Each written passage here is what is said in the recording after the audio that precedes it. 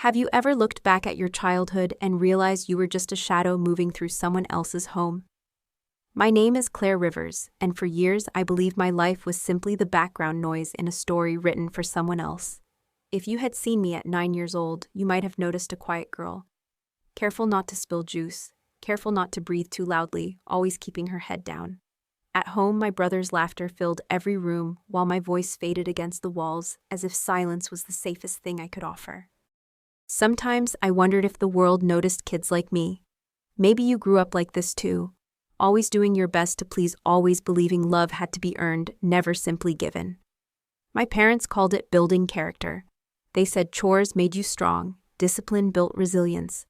But strength for me felt like carrying invisible weights, expectations that pressed down with every mistake, every moment I dared to wish for more. My brother was golden, wild, and free, and I was told to be grateful for my place in the background. People say children are resilient, and maybe that's true. I learned early how to disappear. If I could be helpful enough, quiet enough, maybe I could avoid trouble, maybe I could feel safe. But no matter how many shirts I folded, how many nights I stayed up late scrubbing the kitchen, the words I wanted most, "You matter, Claire," never came. Instead, there were rules and reminders: don't talk back, be useful, don't forget your place. Those words clung to me, sticky as honey and twice as hard to wash off. Looking back, it's clear now what I couldn't see then. My home wasn't cruel out of malice, at least not in the way movies portray. It was strict, unyielding, and deeply afraid. Afraid of losing control, afraid of anything that looked like weakness. My parents never hit to hurt, they said. They only wanted to remind me of my role: serve, support, obey. In their eyes, I was the anchor that kept the house steady, and anchors don't ask to be seen. But under that weight, something inside me quietly broke and began to grow. If you're watching this, maybe you felt invisible too. Maybe you know what it's like to trade dreams for duty, or to silence your heart just to keep the peace. I'm here to share how I learned that silence can be both a prison and a doorway. Because this is not just a story of suffering, it's about finding hope where you least expect it, and learning finally to write your own name into the story. Before we begin, tell me in the comments where you're watching from. Maybe, just maybe, this is the chapter where your own story starts to change. Obedience was the currency of our household. Rules were posted on the fridge, whispered behind closed doors, and stitched into every routine. My mother believed that order was love, and love meant following her instructions to the letter. The day always began with her voice. "Claire, make your brother's bed. Claire, set the table. Claire, don't forget the laundry." I was the clockwork of the family, never late, never missing a beat. Sometimes, when the sun streamed into the kitchen and dust motes danced in the light, I wondered if I was born just to keep the gears turning smoothly for everyone else. My brother Jamie lived a different story. His shoes were left wherever he kicked them off, his dishes piled in the sink for someone me to find. When I asked why he didn't help, my mother's answer was always the same: boys don't do chores like girls. One day you'll understand. At first I accepted this as truth, believing there was something in my nature that made me the helper, the peacekeeper. But every time I watched Jamie disappear outside to play while I stayed behind, I felt a quiet ache, the start of questions I didn't yet have words for. The house thrived on routines and rituals, but underneath there was tension, tight and humming like a wire pulled taut. If I forgot a chore, the silence in the room would grow heavy. A misplaced towel or an unwashed plate could shift the whole mood. I learned to read the weather in my parents' faces, scanning for clouds or sunshine, trying to stay invisible when storms rolled in. The lesson was simple: your worth is measured by your obedience. Your voice is less important than your usefulness. Looking back, I see how quickly I traded pieces of myself for peace at home. It's a mistake many kids make, especially in families where tradition is valued over tenderness. We become so skilled at predicting needs, smoothing over tempers, and apologizing. First, we forget that children deserve to be children, not little soldiers marching to someone else's drum. Sometimes the lesson gets lost in the repetition: we aren't here to serve. We are here to live, to laugh, to grow. No one ever told me that, so I had to learn it the hard way. But it's important to understand that even the strictest routines can't build true connection. My mother often mistook control for care, but the truth was, the more she tightened her grip, the more invisible I became. When family is a place you work instead of rest, love feels like a reward you have to earn. And when that happens, you start to believe that the only way to belong is to be perfect. For years I chased that perfection, hoping it would finally bring me close to the people I called home. Of course, perfection is a mirage, always shimmering just out of reach. And the more I gave, the more I disappeared. If you've ever lost yourself in the act of pleasing others, you know the emptiness that follows. It took me a long time to see that the rules I followed were never truly about love. They were about control, about fear, about trying to keep the world small and predictable. That realization, as quiet as it was, planted the first seed of change. We all want to be seen, to be valued for who we are not, just for what we do. That lesson came to me slowly, like dawn breaking after a long, dark night. But before I could step into the light, I had to reach the point where silence turned into a kind of power. The moment when the rules finally cracked open and let something wild and brave slip through. And that moment, the day obedience broke, changed everything for me. There's always a moment when years of quiet become too heavy to carry. For me, it happened on an ordinary Sunday, the kind that should have been peaceful. I was 16, standing in the kitchen with a basket of laundry, listening to the familiar thud of my brother's music from upstairs. My mother asked me again to iron Jamie's shirt for a party I wasn't invited to. The words came out before I could catch them. Why can't he do it himself? The room fell silent, every heartbeat a drum in my ears. My mother's eyes narrowed, her mouth pressed thin with shock. I realized in that small rebellion how starved I was for fairness. In so many families, children accept imbalance without question, telling themselves that's just the way things are. But sometimes a simple question can tilt the whole house. My mother's answer was cold-clipped, "Don't talk back. It's not your place." But something in me refused to disappear again. For the first time, I stood tall, refusing to pick up the iron. Jamie wandered in smirking, expecting a show. Instead, he saw me unmoving, stubborn as a stone. The fallout was swift and sharp. My father stormed into the kitchen, anger a habit as old as the wallpaper. He didn't want to hear explanations. He wanted order, and he wanted it now. "You've forgotten your place," he said. Reaching for the belt that hung by the door, a ritual as familiar as saying grace before dinner. This time I didn't run. I didn't plead. When the belt landed, I stayed silent, meeting his eyes with a calm he'd never seen. The pain was real, but so was the relief. For once I was the author of my own story, even if it hurt. That moment, as harsh as it was, marked a turning point. In families built on obedience, silence is often seen as surrender. But silence can also be defiance, a line drawn in the sand. For years I'd been quiet to keep the peace, but now my quiet was something else entirely. It was the absence of fear. In that stillness, I discovered a new kind of power, the ability to choose my response, even when everything else felt out of my hands. So many people think rebellion has to be loud shouting, slamming doors, running away in the middle of the night. But sometimes the bravest thing you can do is stand your ground and say nothing at all. My silence that day was not weakness. It was strength concentrated and bright as a flame. I learned that you don't always need words to change your life. Sometimes all you need is to stop playing the role you were assigned, even for a moment, and the whole world begins to shift. Afterward, something in the house changed. My parents looked at me differently, unsure if their old rules would hold. Jamie stopped asking me for favors so freely. The air felt less heavy, as if a storm had passed. But storms leave damage in their wake. I knew this was just the beginning, the first crack in a wall that had taken years to build. The next step, the night I finally left, would take even more courage. But for the first time, I was ready to find out what life could be like when I started writing my own script. Leaving home sounds dramatic in books, but in reality, it was strangely quiet. That night, I packed what little I owned, just a faded backpack, a rolled-up sleeping bag, and 3 crumpled dollar bills. My hands shook as I stuffed in a toothbrush and a spare shirt. The hardest part wasn't deciding what to take. It was choosing finally to take myself seriously. I glanced around my small room, memories pressing against the walls like ghosts. I wrote no note. I left no sign. Stepping into the dark, I realized the only thing heavier than my bag was the fear of what came next. At first, I had nowhere certain to go. My mind buzzed with all the what-ifs. Would I end up sleeping in the park? Would someone find me and send me back? My friend Jessie had always said, if you ever need to get away, you have a place here. Even so, I hesitated at her doorstep, feeling the familiar tug of shame and self-doubt. When Jessie's mom opened the door in her slippers and robe, she didn't ask questions. She simply said, "Let's get you inside." That small act of kindness cracked something open in me, something I'd kept buried for too long. Those first nights were hard. The basement smelled of dust and old boxes. I barely slept listening for footsteps or voices calling my name. I expected anger, maybe even the police at the door. Instead, there was only silence, a silence so complete it ached. Jessie lent me sweatpants and her favorite fuzzy socks. Her parents cleared out space and set up a mattress.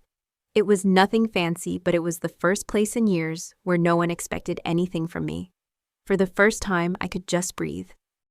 Living outside the rhythms of my old home was a shock. Simple things, choosing what to eat, when to go to bed, how to spend a free afternoon, felt strange. I kept waiting for someone to hand me a list or scold me for doing it wrong. But Jessie's family was gentle. They ate together, laughed easily, and asked for my opinion. I fumbled at first, unsure if I was allowed to relax to join in. Slowly, I realized kindness wasn't a test. It was just the way they lived. Each quiet dinner chipped away at the old belief that I had to earn my place. Many young people run from broken homes with nowhere to land, and their journeys are much harder than mine. Some end up on park benches or in shelters facing dangers I was lucky to avoid. Looking back, I know Jessie's family saved me in more ways than one. Their acceptance gave me space to begin healing. I learned that sometimes courage is about betting on yourself, even when you have almost nothing but hope. And sometimes help is waiting for you, disguised as an open door and a warm meal. As the weeks passed, I stopped waiting for my phone to ring. The silence from my parents stung, but it was also a strange sort of freedom. For the first time, I was allowed to listen to my own thoughts, to rest, to wonder about the kind of life I wanted to build. That healing didn't happen all at once, but with every sunrise in that quiet basement, I felt a little less afraid of the world outside, and a little more at home with myself. That was the beginning of real change, and it led me to lessons I'd never learned inside my old house. Healing isn't something that happens overnight. It's a quiet, persistent process. In the first weeks at Jessie's house, my body ached with old bruises, and my mind replayed harsh words like a broken record. I spent a lot of time under a soft blanket, listening to Jessie's family talk about their day. It was new to me the way they included me, asked about my favorite food, or laughed when I told a silly story. I had never realized how tense I had become, how tightly I held my breath in my own home. Here I slowly began to exhale. Jessie encouraged me to join her at school clubs and after-class walks, and each day out in the world felt like a small act of bravery. At first, I expected judgment or suspicion from teachers and classmates, but most people were simply kind. A guidance counselor, Ms. Ramirez, noticed I was struggling and gently invited me to talk. With her support, I started seeing a counselor who helped me untangle the knots of shame and fear I'd carried for years. For anyone listening, reaching out for help isn't weakness. It's the bravest thing you can do when you're trying to start over. Some days, healing meant letting myself rest and enjoy ordinary moments. I learned to savor simple things, making my own breakfast, choosing my own clothes, reading by the window without glancing over my shoulder. Other days, it meant facing hard truths, like realizing how deeply my parents' words had cut into my sense of self. Jessie and I would sit on the porch and talk about our families. She shared her own struggles, different from mine, but real. I discovered that nobody's life is perfect, and sometimes just knowing you're not alone is a step toward healing. One powerful lesson I learned was that it's okay to accept help. For so long, I'd believed that I needed to handle everything myself, that asking for kindness made me weak. But in Jessie's home, help wasn't a debt to repay. It was simply what you did when you cared about someone. I started helping with little things, setting the table, feeding the dog, tidying the living room. These small acts helped me feel useful, not used for the first time. It taught me that genuine connection is built on shared effort, not one-sided sacrifice. Healing also brought unexpected gifts. As my confidence grew, I joined Jessie at a volunteer event at a local shelter, helping others who were struggling in different ways. There I saw people from all backgrounds, some with stories much harder than mine, all trying to build new lives. I realized healing isn't just about escaping pain.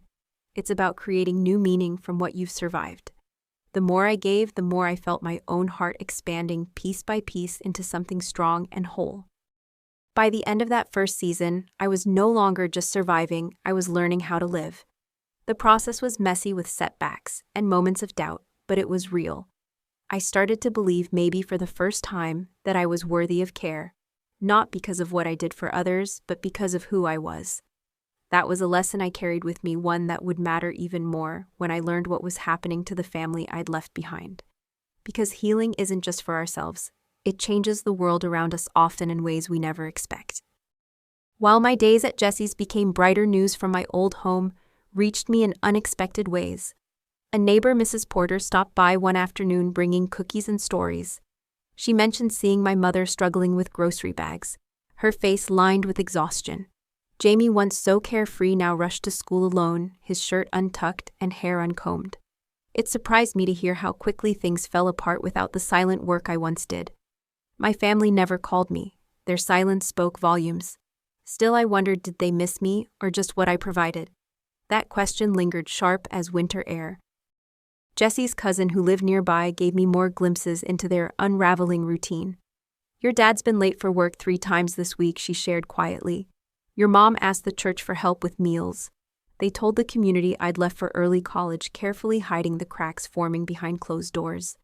It was strange to imagine the house where I had once been invisible, now missing something so essential that everyone noticed. For years I thought my presence meant little, but in my absence the truth surfaced. I had been holding everything together, even when no one said thank you. It's a common mistake believing you don't matter until you leave. Many people feel like background characters in their own families, quietly managing chaos, smoothing over conflict, and becoming experts in anticipation. The shock comes when they're gone, and suddenly the machinery grinds to a halt. I started to understand that my quiet contributions were never truly invisible. They were just taken for granted. Hearing about my family's struggles was bittersweet. Part of me longed to help to rescue, but another part knew it was time for them to face the consequences of what they'd lost. The lesson here is simple but profound: never underestimate the quiet work you do for others. Sometimes the things you do without fanfare are the very foundation of someone else's comfort.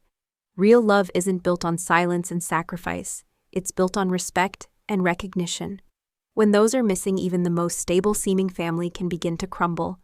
It's a lesson my parents had to learn the hard way, and one I carried with me as I built new, healthier relationships outside their shadow.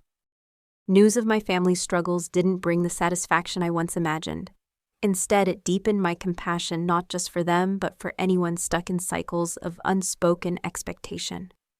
I realized that I couldn't save them from the lessons life was trying to teach.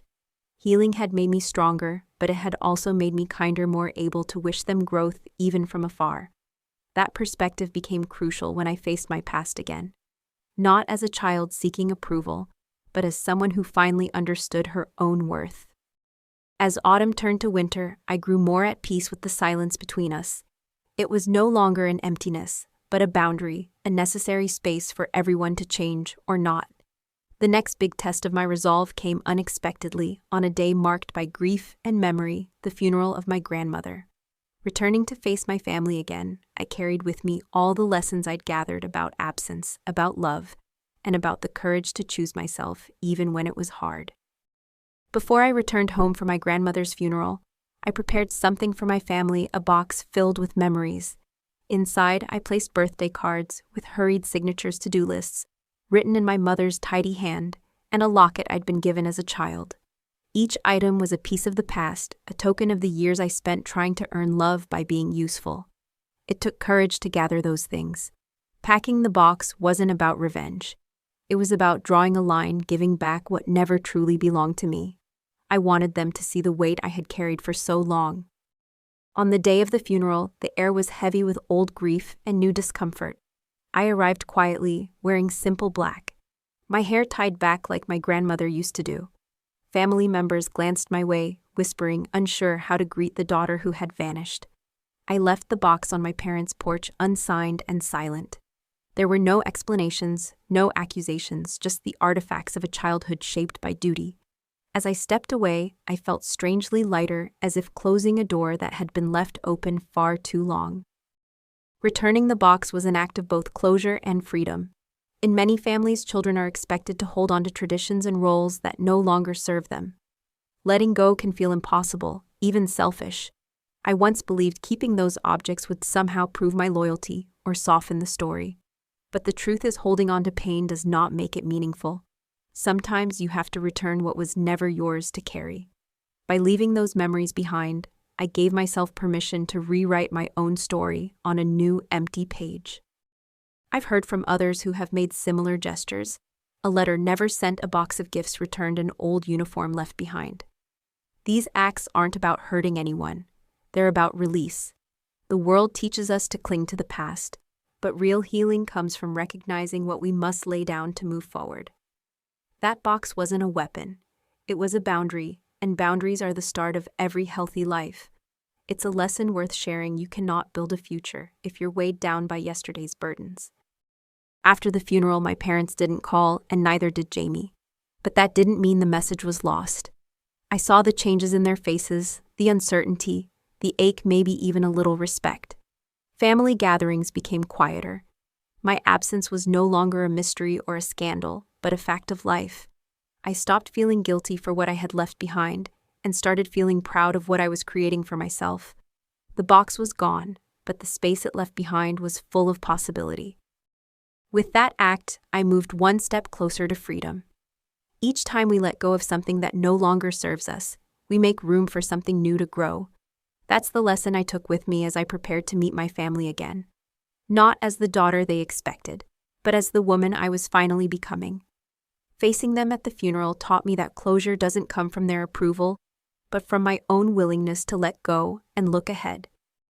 Walking into the church for my grandmother's funeral, I felt the weight of every eye. People whispered as I passed their faces, a mix of surprise, pity, and curiosity. The last time many had seen me, I was a child clutching a casserole at family picnics, quiet and obedient. Now I walked with my head high, dressed simply, my grief clean and private. My mother froze when she saw me, unsure whether to reach out or recoil. My father looked smaller than I remembered, his confidence dimmed. Jamie kept his distance, fidgeting with his phone. We all played our parts, but the script had changed. During the service, memories surfaced with every hymn and every gentle prayer.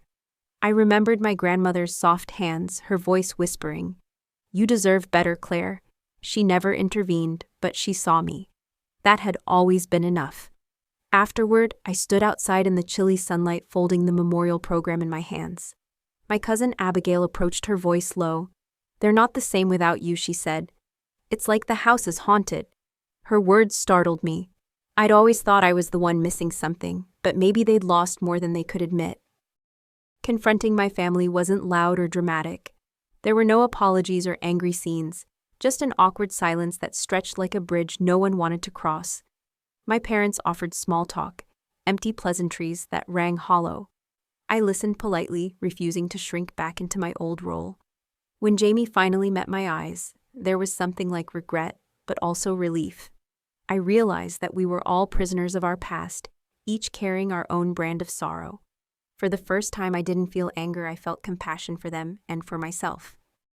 That encounter taught me an unexpected lesson. We often imagine closure comes from grand confrontations, but sometimes it's the quiet acceptance that frees us.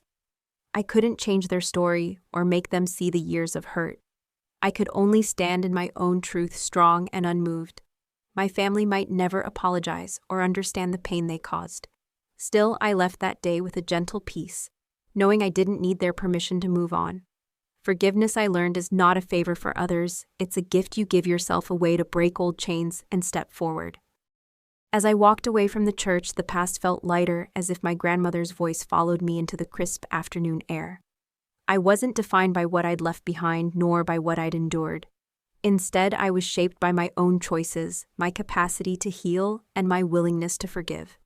That quiet confidence carried me into the next chapter 1, where I was free to build a life that belonged wholly to me, beyond old shadows and family ghosts. Starting over was both exhilarating and frightening. After the funeral, I returned to Jesse's house, but I knew it was time to create my own home. I found a tiny apartment above a bakery, the scent of fresh bread greeting me each morning. It wasn't much a creaky floor, mismatched furniture, a single window facing the city lights, but it was mine. For the first time, I arranged the furniture just how I liked, chose the colors on the walls, and stocked the fridge with foods that brought me comfort. That small space became a symbol of everything I'd worked for: independence, safety, and the right to choose. Life outside my family's rules came with new responsibilities. I learned to budget, to cook for one, and to fix leaky faucets on my own.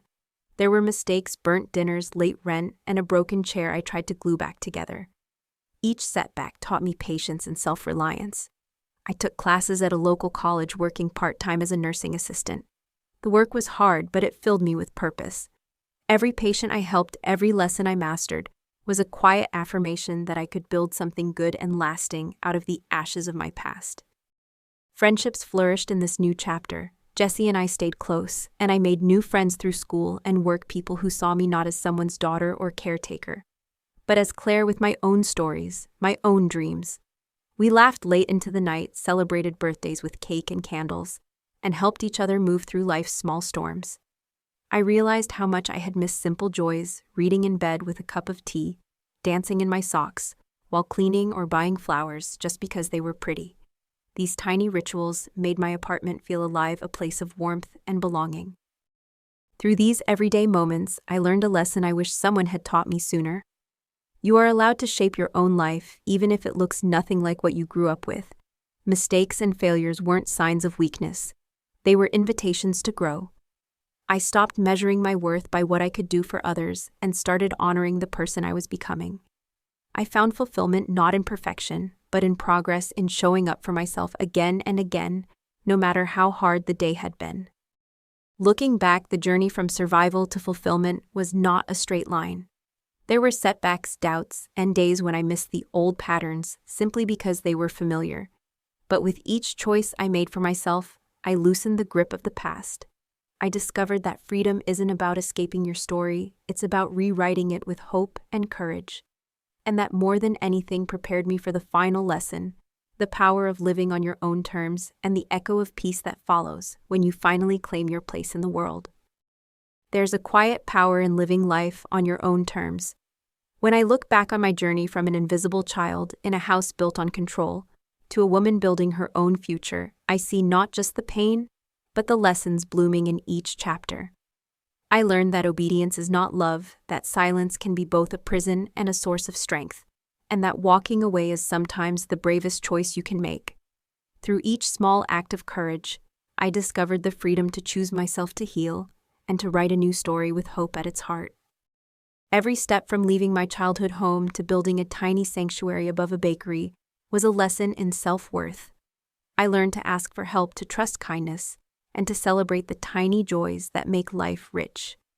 I found friendship and laughter, purpose and pride, not by being perfect, but by embracing my own messiness and growth. It's easy to believe that what you've survived defines you, but in truth, it's what you do next that matters most. The world is full of fresh starts, even for those who feel lost or unseen. For anyone listening, please know your voice matters, even if it's quiet. Your value is not measured by how much you can give or by the approval of people who refuse to see your light. Sometimes the greatest revenge is simply to live well, to fill your days with love, with learning, and with laughter that no one can take away. Healing is not always a loud victory. Sometimes it's the peaceful silence that echoes in a home you've made for yourself, in a life you've chosen freely. If my story touched something in you, or if you've ever felt invisible or unworthy, I hope you remember this. You are not alone. There's a whole world waiting for your courage, your story, your quiet persistence. Take that first step, even if it's small. Trust that you are worthy of happiness just as you are, and never be afraid to let go of what hurts you in order to reach for something better. We all deserve a place to belong, and sometimes we must create it for ourselves. If you found strength, comfort, or inspiration in these words, I invite you to subscribe to this channel, like this video, and share your own story in the comments below. Tell us where you're watching from and what this journey means to you. Your voice could be the light someone else needs tonight. Thank you for being here, for listening, and for believing in new beginnings. Here's to the echoes of peace we create. when we choose ourselves one quiet, powerful day at a time.